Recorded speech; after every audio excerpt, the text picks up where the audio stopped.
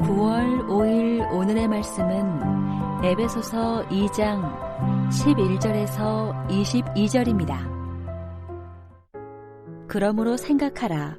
너희는 그때에 육체로는 이방인이요 손으로 육체에 행한 할례를 받은 무리라 칭하는 자들로부터 할례를 받지 않은 무리라 칭함을 받는 자들이라.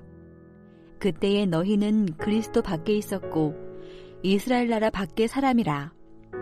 약속의 언약들에 대하여는 외인이요 세상에서 소망이 없고 하나님도 없는 자이더니 이제는 전에 멀리 있던 너희가 그리스도 예수 안에서 그리스도의 피로 가까워졌느니라.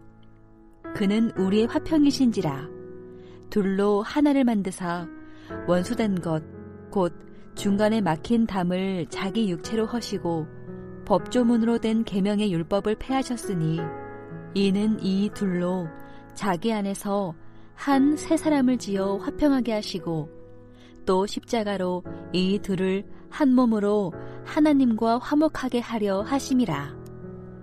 원수된 것을 십자가로 소멸하시고 또 오셔서 먼데 있는 너희에게 평안을 전하시고 가까운 데 있는 자들에게 평안을 전하셨으니 이는 그로 말미암아 우리 둘이 한 성령 안에서 아버지께 나아감을 얻게 하려 하심이라. 그러므로 이제부터 너희는 외인도 아니요 나그네도 아니요 오직 성도들과 동일한 시민이요 하나님의 권속이라. 너희는 사도들과 선지자들의 터 위에 세우심을 입은 자라. 그리스도 예수께서 친히 모퉁이돌이 되셨느니라. 그의 안에서 건물마다 서로 연결하여 주 안에서 성전이 되어가고 너희도 성령 안에서 하나님이 거하실 처소가 되기 위하여 그리스도 예수 안에서 함께 지어져 가느니라. 안녕하세요. 에베소서 2장 11절부터 22절까지 함께 묵상하겠습니다. 에베소서는 로마서와 함께 바울의 대표 서신으로 인정받습니다. 서신 안에 담긴 신학적인 의미가 오늘날 교회의 뿌리 깊은 토대가 되었기 때문입니다. 우리는 에베소서를 통해서 인류를 향한 하나님의 뜻이 무엇인지와 그 뜻을 이루시기 위해 무엇을 하셨는지를 배울 수 있습니다. 인류를 향한 하나님의 뜻은 2장 10절을 보면 선한 일을 하는 백성이 되게 하는 것입니다. 1장 4절에 거룩하고 흠이 없게 하시려는 것과 동일합니다. 바울은 하나님께서 창세 전에 그리스도 안에서 인류를 택하신 목적이 바로 선한 일을 하는 자기 백성, 곧 거룩한 백성이 되게 하는 것임을 잘 알았습니다. 그렇다면 인류가 선한 일을 하는 백성이 되게 하시기 위해 하나님은 무엇을 하셨을까요? 이는 2장 4절과 5절에 잘 나옵니다. 하나님께서는 진노의 자녀인 인류를 풍성하신 긍휼로 그리스도와 함께 살리셨습니다. 죄로 인해 죽은 우리를 살리셨다는 말은 귀에 못이 박히도록 들어오셨죠. 하나님께서는 끝이 없는 사랑의 깊이로 우리를 살리셨습니다. 왜 살리셨습니까? 선한 일을 하는 백성이 되게 하시기 위해서입니다.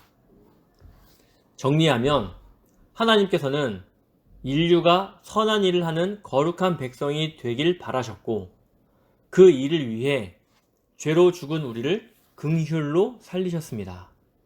이것이 에베소서의 핵심입니다. 바울은 이 이야기를 1장부터 이어서 2장에서 반복하는 것입니다. 바울은 1장에서 하나님의 계획이 온전히 실현되었음을 보며 하나님의 영광을 찬송합니다. 그리고 2장에서 하나님의 계획이 무엇이었는지 구체적으로 나열하고 있어요. 그런 의미에서 에베소서 2장이 매우 중요합니다. 2장 1절부터 10절은 한 개인이 그리스도로 말미암아 살아났다는 것에 초점이 있고 11절부터 22절은 그리스도로 말미암아 살아난 개인이 공동체적으로 어떤 의미가 있는가에 초점이 있습니다.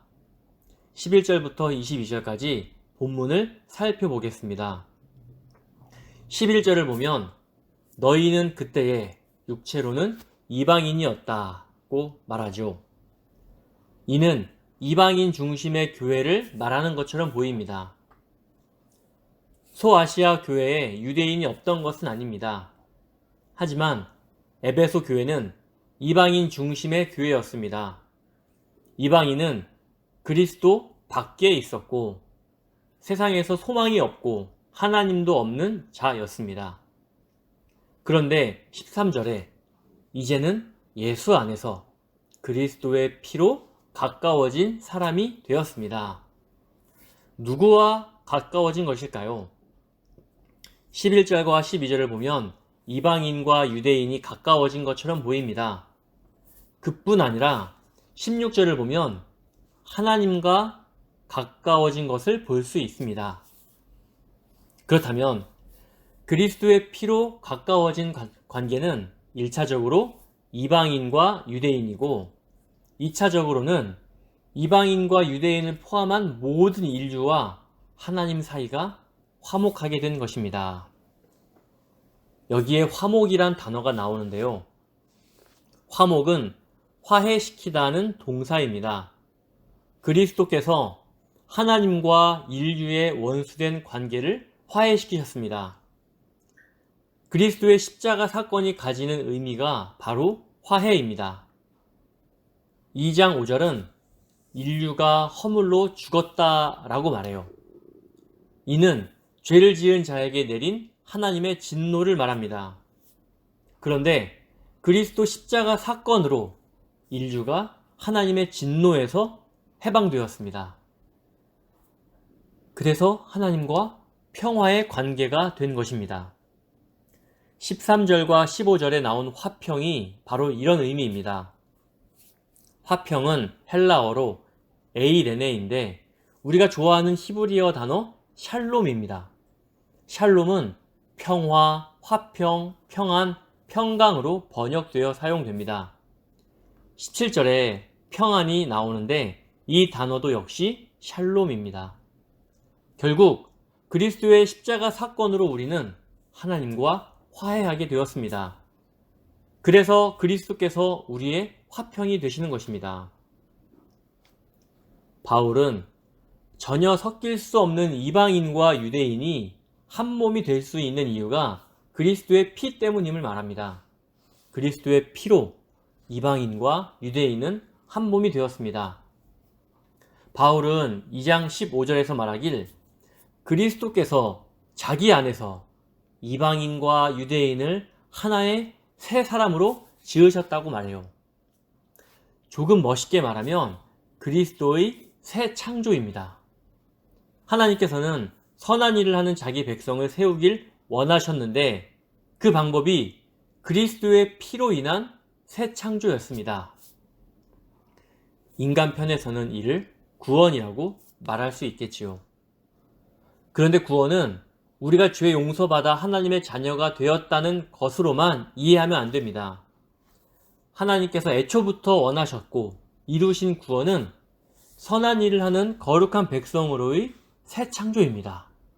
우리가 이런 존재입니다. 2장 17절은 먼 데 있는 너희인 이방인과 가까운 데 있는 자들인 유대인에게 동일하게 그리스도의 선물인 샬롬을 주셔서 하나님의 새로운 공동체를 이루었음을 말합니다. 여기까지 정리하면 이방인과 유대인은 그리스도의 십자가 사건으로 한 몸 된 공동체가 되었습니다. 이뿐 아니라 이방인과 유대인은 선한 일을 하는 하나님의 참 백성으로 새 창조가 되었습니다. 이 근거는 모두 그리스도 사건 때문입니다. 여기까지 잘 이해가 되셨나요? 이제 바울은 마지막으로 20절부터 22절에서 이방인과 유대인이 참 하나님의 백성이 된 특징을 성전으로 설명합니다. 건물을 지을 때 가장 먼저 땅을 갈고 집안을 튼튼히 해야 합니다. 그리고 그 위에 건물을 올립니다. 기반이 튼튼하지 않으면 건물이 무너지기 때문입니다. 여기에서 사도들과 선지자들이 터가 되셨습니다. 사도들과 선지자들이 터가 되도록 예수께서 가르치신 것입니다. 교회가 교회답게 하는 방식은 예수님의 가르침을 따르는 것입니다. 20절에서 지시하는 너희는 그리스도 사건으로 새롭게 창조된 공동체입니다. 바울은 이들이 곧 성전이라고 말합니다. 교회 예배당도 좋으나 무엇보다도 성도가 거룩한 공동체가 되어야 합니다. 예수님께서 십자가에서 죽고 부활하신 후에 제자들을 만나 재교육하셨습니다. 예수님은 교회를 만들기 위해 장소를 선정하시지 않고 제자들이 복음을 제대로 깨우치도록 가르치셨습니다. 복음을 제대로 알고 전하게 하기 위해서입니다. 이것이 예수님이 교회를 만드신 방식입니다. 교회가 교회되게 하기 위해서 복음을 제대로 알고 깨닫고 가르칠 줄 알아야 교회가 제대로 세워져 갑니다. 사랑하는 성도님들, 우리 교회가 건강한 교회로 세워져 간다고 말할 때 내가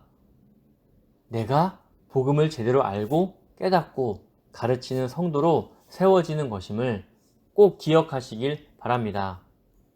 지목사님께서 에베소서 묵상 첫 시간에 말씀하신 것처럼 에베소서를 잘 묵상하면 하나님의 참 백성으로 건강한 교회로 세워져 갈 수 있을 것입니다.